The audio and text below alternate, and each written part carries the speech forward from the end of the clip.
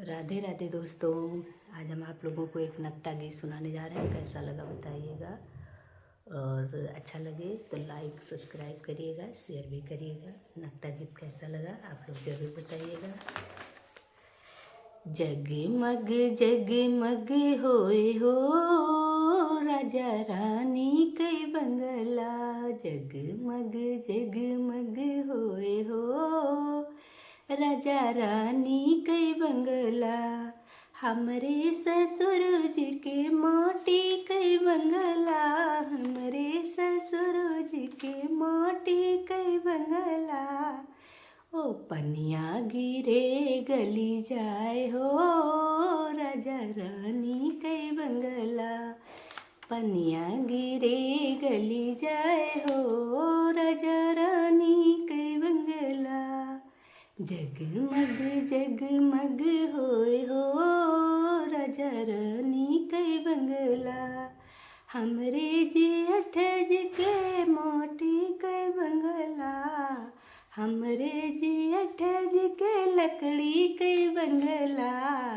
हमरे जेठ जी के लकड़ी कई बंगला, अगिया लगे जली जाए हो राजा रानी कई बंगला, अगिया लगे से जली जाए हो राजा रानी कई बंगला, जगमग जगमग होए हो राजा रानी कई बंगला, हमरे देवर जी के माटी कई बंगला, हमरे देवर जी के कागज कई बंगला, हमरे देवर जी के कागज कई बंगला, अंधिया चले से उड़ी जाए हो राजा रानी कई बंगला, अंधिया चले से उड़ी जाए हो राजा रानी कई बंगला, जगमग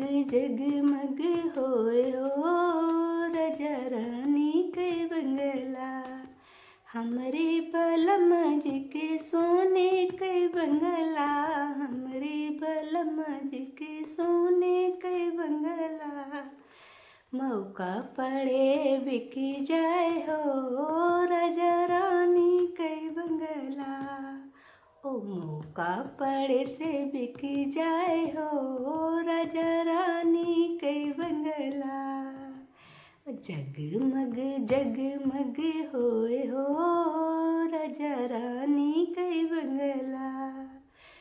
जय श्री राम दोस्तों। कैसा लगा हमारा नकटा गीत बताइएगा। नाच गीत भी बोलते हैं, आप लोगों के यहाँ क्या बोला जाता है।